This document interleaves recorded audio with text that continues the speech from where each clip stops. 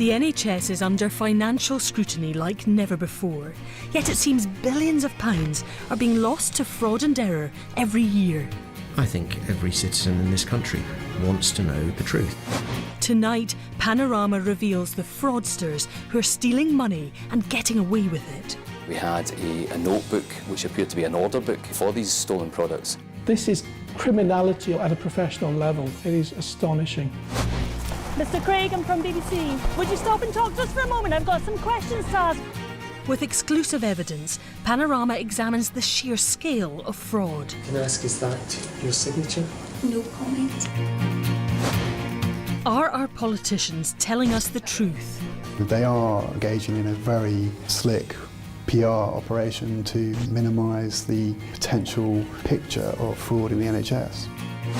And we also ask, with more private companies bidding for contracts, is the current NHS monitoring system robust enough to guard against mistakes? At the end, it's both the patient and the taxpayer who lose out.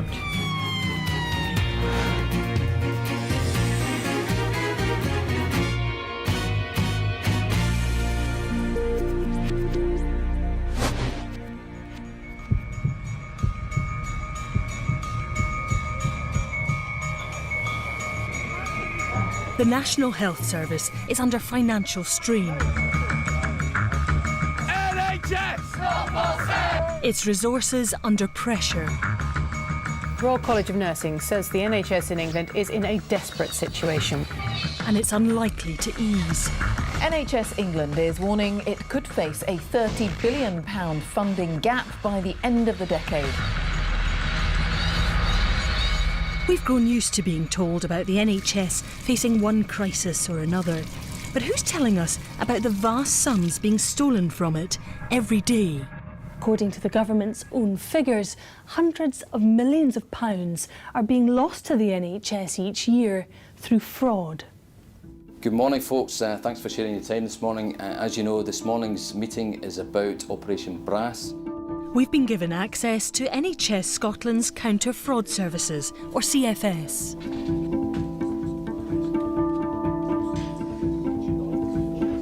Often a CFS case starts with a tip-off, like from the medical supplier who'd spotted their products for sale on eBay.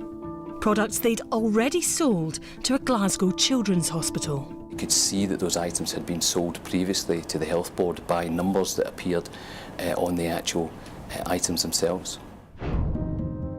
Fraser Patterson and his team traced the eBay account to this man, Douglas Stevenson, an NHS anaesthetic assistant and a trusted employee. The counter-fraud team raided his home.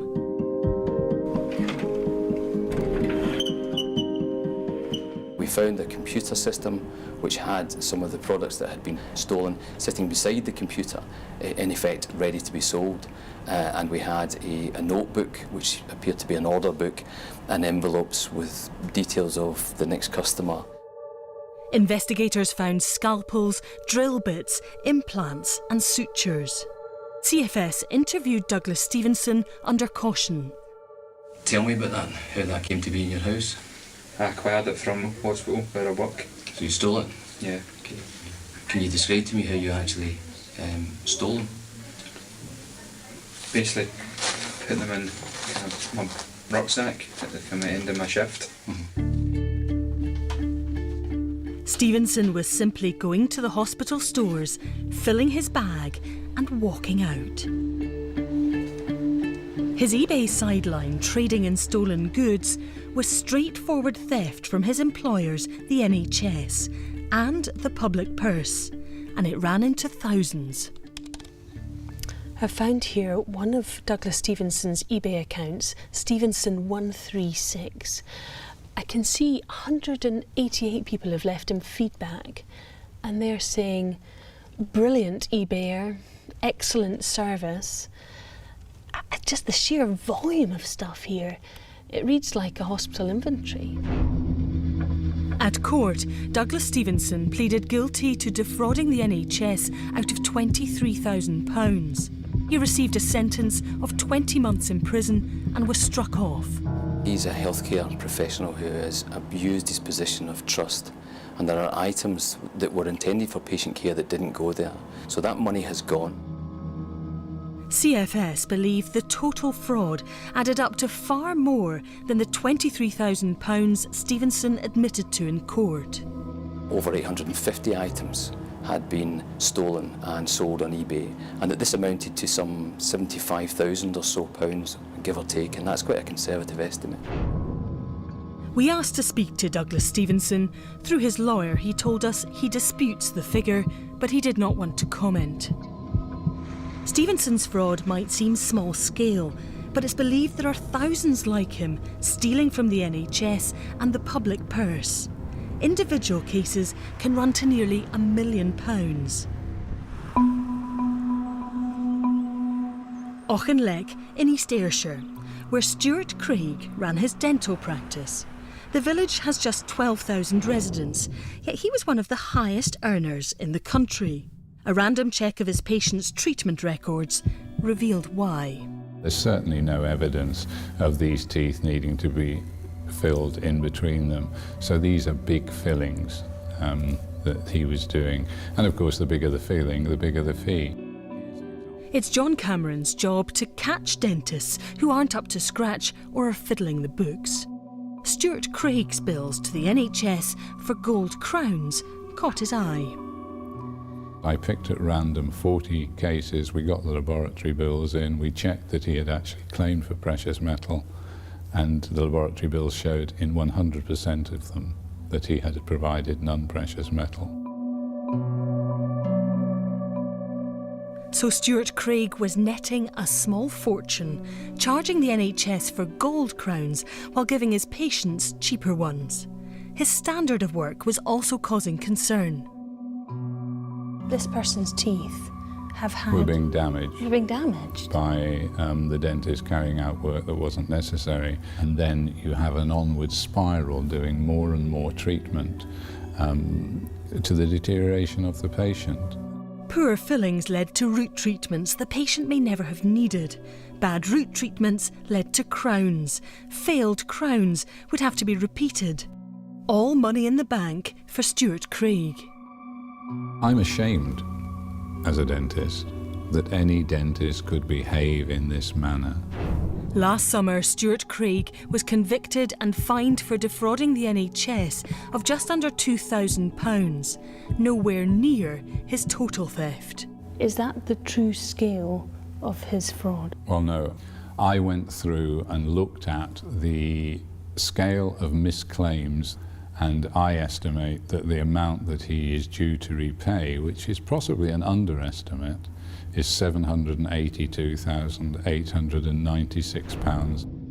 In January 2012, the NHS sent Stuart Craig a bill for the £750,000 they say he owes, but they've yet to receive a penny.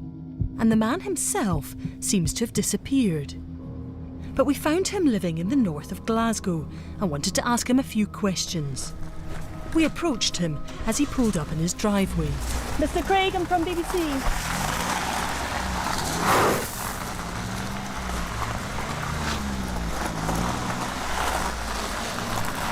Mr. Craig, I'm from BBC Panorama. Would you stop and talk to us for a moment? I've got some questions to ask. Well, it seems Mr. Craig cares as much for our questions as he does about his former patients. Hopefully, the NHS will have more luck. We understand they'll be serving him with a writ. Some fraud can undermine our faith in even the most trusted of health professionals. In the town of Greenock in Inverclyde, the local GP Susan McKinnon betrayed her patients using their medical records to hide her secret drug addiction. We received a call from the health board, and they had had concerns reported to them by a pharmacist in the Greenock area. Dr. McKinnon was at the pharmacy collecting a prescription she claimed was for a patient. Staff there felt something wasn't right. I just thought it was strange that a GP had come in to a pharmacy to collect a prescription. How unusual is that? Very. The prescription was for diazepam and the opiate dihydrocodone, both controlled drugs, one a known substitute for heroin. When she'd left the building, Louise turned around and asked me why is a GP picking a prescription up. A few weeks later, in another of Eddie McInerney's pharmacies, Dr McKinnon did the same thing. They actually bagged it up and tagged it, and I thought, wait a minute, that's diazepam and dihydrocodone. Who signed it? Dr McKinnon. For a patient's name that, was obviously different to hers. I said, so if that's you, what's your date of birth? And she panicked. CFS were called in, but in her interview, Dr McKinnon gave nothing away. This prescription, it prescribes dihydrocodone and diazepam, and the doctor appears to have signed it on 18/10/2011. Do you recognise any of the handwriting on this form? No comment. Can I ask, is that your signature? No comment. Last June, Susan McKinnon was convicted of fraud. The official value, just a few £100s. But with hundreds of fraudulent prescriptions dating back 4 years, CFS say the true cost to the NHS was several thousand. Dr McKinnon declined to be interviewed. She's recently been reinstated as a GP after being suspended, but only under strict supervision.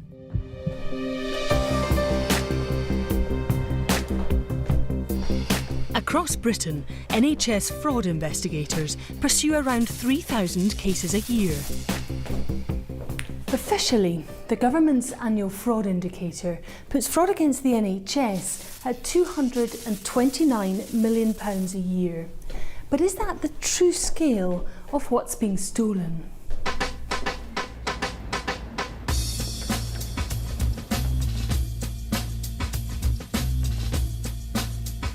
For more than 8 years, Jim G was the director of NHS counter-fraud services for the Department of Health. He's one of the world's foremost authorities on healthcare fraud and has studied 15 years of international fraud and error figures. This report is based only upon loss measurement exercises looking at the total cost of fraud. It's the most rigorous data that's available about healthcare fraud in the world. Tomorrow, with the University of Portsmouth, he'll publish a report on the scale of healthcare fraud and error globally. His findings for the NHS are staggering.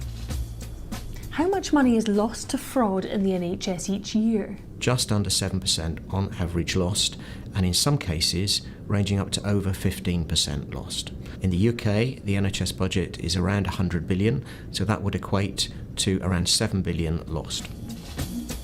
He puts more than 5 billion of that 7 billion down to fraud rather than financial error.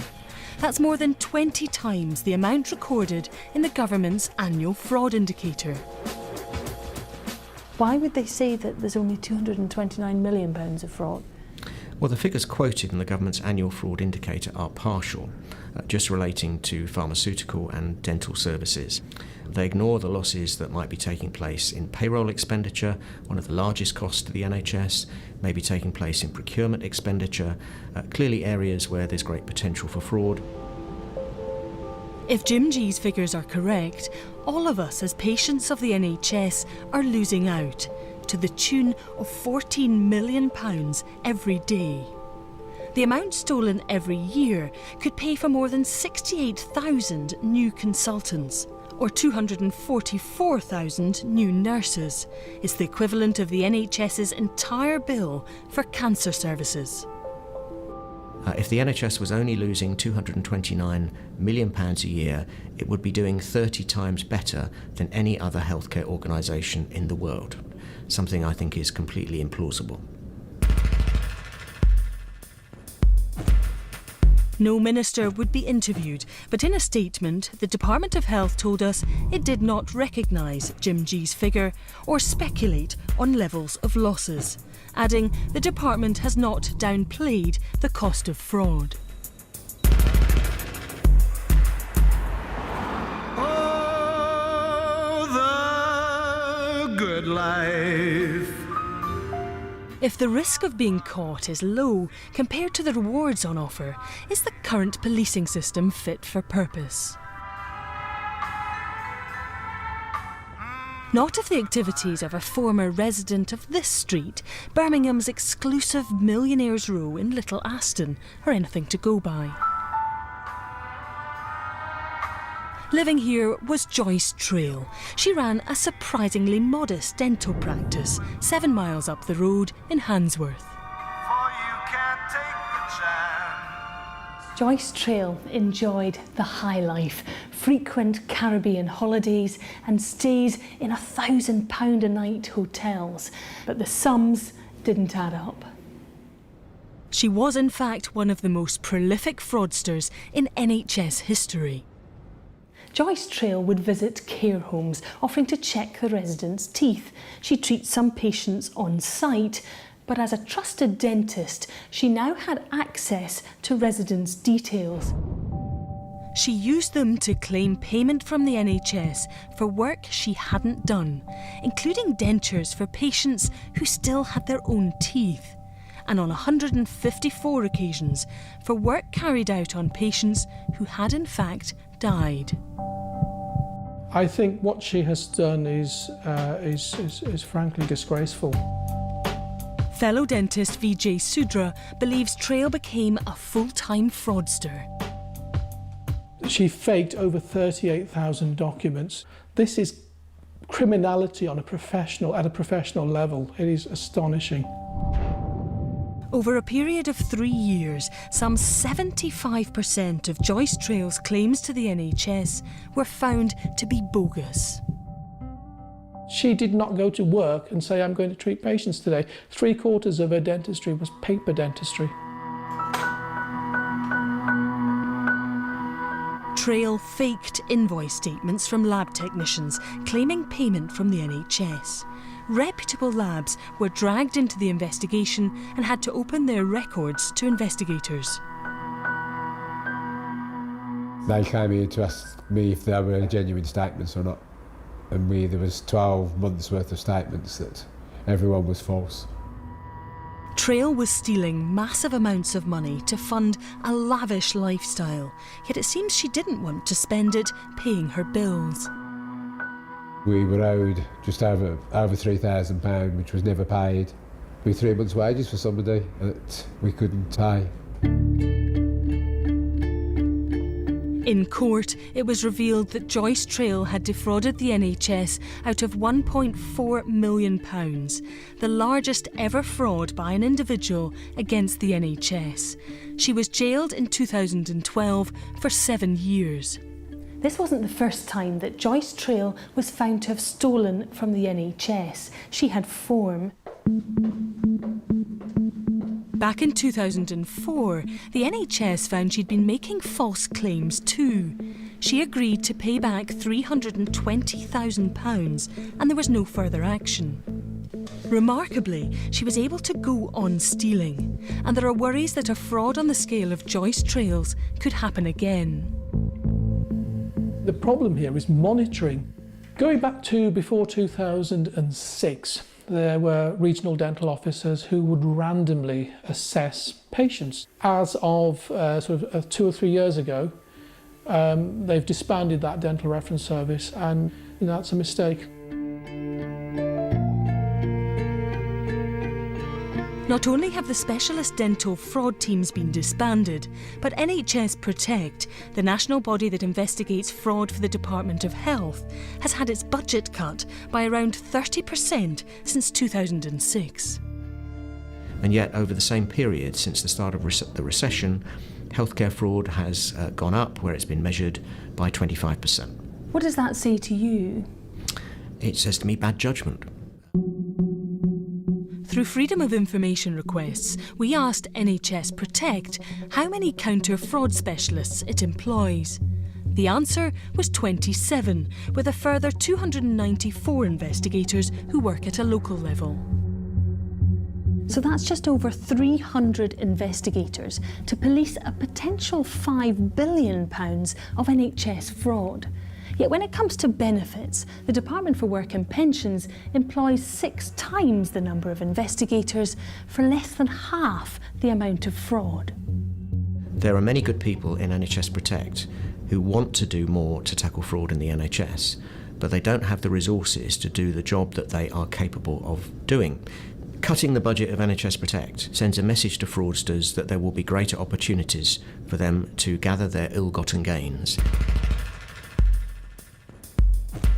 The Department of Health said NHS Protect has a significant budget and protects and safeguards frontline NHS services.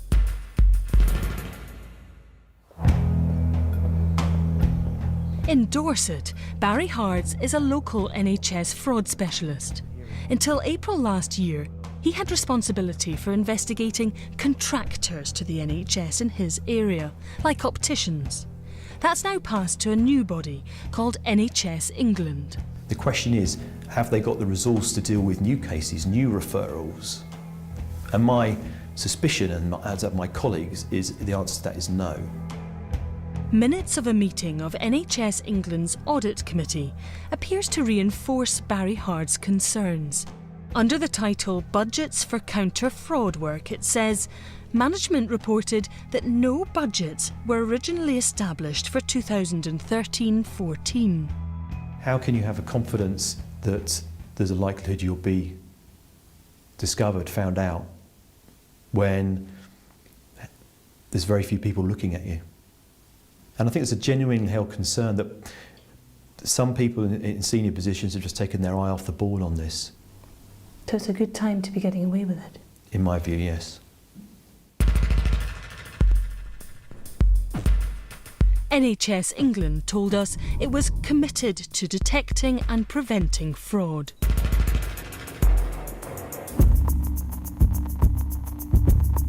Healthcare in the 21st century is changing. Professor Mark Button has watched as private companies have entered the NHS in increasing numbers. The government argues it encourages competition and efficiency, but does it also bring new risks? These companies come in and they bid for work on a sort of very sort of tight budget, and if the service is not being delivered as it should, there may be a risk those types of individuals then manipulate or falsify data. So does a new competitive NHS need to do more to ensure that the data it uses to judge performance is subject to proper scrutiny?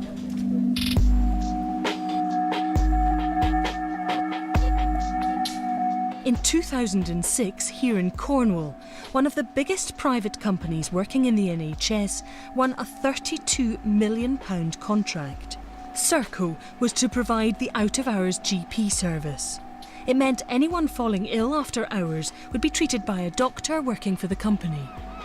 In May 2012, Maggie Sloggett needed an out-of-hours doctor when her partner Darren became unwell. He deteriorated quite quickly, and in that time I felt I needed to phone for help. They then said, we'll get someone to bring you back. She says she never received a call, and Darren was getting worse. He was unable to talk, and I couldn't communicate with him to find out how he was feeling. I was shaking. I was quite frightened, to be honest. She called an ambulance, and paramedics gave Darren morphine and took him to hospital, where he recovered. Serco say their team did call back twice, but the calls went to voicemail. They say they took no further action once it was confirmed an ambulance was on its way. While Maggie and Darren's case may have simply been crossed wires, others were complaining about the time it took to see a doctor. It was then revealed that Serco's records were wrong. They said a few patients did see a GP on time when they hadn't. Whistleblowers started to raise concerns. We've spoken to a number of informants, including a nurse who worked for Serco. I came in one morning and there had been one car doctor for the whole of Cornwall during the night. She went on to raise concerns about how data was manipulated. If Serco didn't meet their targets to see patients in the time I'd allocated for them, it was flagged up as a fail. There were times that I knew that targets weren't being met, and yet it was being recorded there had been no failures. Serco's audit uncovered 252 occasions over 6 months where patient response times were altered by 2 employees. That's just 0.2% of all calls, and some were only changed by a few seconds. But that sometimes meant that the company scored a pass rather than a fail. And some months, the NHS Trust thought all emergency patients were being seen within an hour, which wasn't true.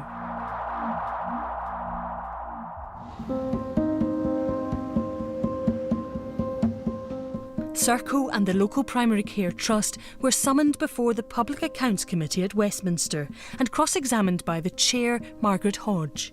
While at no time were they being accused of fraud, she wanted to get to the bottom of why 2 Serco supervisors who've now left had manipulated the data. What was the financial or other incentive for them to cheat? So there was no financial gain to them or the company for the changes that they made. It's something we've reflected on as to what their motives were, and I can only assume that they wished to portray a better view of the performance of the service. Because it seems to me very odd to want to manipulate data if there isn't an incentive there for you to do it. She then questioned the NHS Trust on why, despite the 252 errors, it hadn't penalised Serco. Why was that not enough for you to think we should stop paying them? It was considered because clearly we expect our providers to give us honest information. Say yes or no, 252 lies was not enough For you, in your judgment. One lie is too many. They never got a penny less. But they lied 252 times. They never got a penny less. No, they didn't. It is deeply frustrating to my committee that time and time again, where there's been a failure, the terms of the contract are so poorly written that you can't actually fine the private contractor for failure to deliver. They're good at winning the contracts, they're less good at delivering the public services. And at the end, it's both the patient and the taxpayer who lose out. Serco voluntarily paid back £85,000 in performance-related bonuses. In a written response, they told Panorama that the data manipulation was wholly unacceptable. In relation to the claim of only 1 car doctor covering the whole of Cornwall, they say this only ever happened once. They went on to tell us that the last inspection by the Care Quality Commission found it fully compliant, that the NHS found it's currently providing a good service, and feedback from patients is also very positive. From private company employees manipulating documents to dentists drilling for gold, we've found worrying flaws in the ability of the NHS to ensure all its money is properly accounted for. We need to not be embarrassed or in denial. We need to get on with tackling the problem, minimising its cost, maximising the resources available for proper patient care. With potentially billions in savings on offer, the cost of ensuring rigorous monitoring of NHS finances seems a small price to pay to safeguard our money.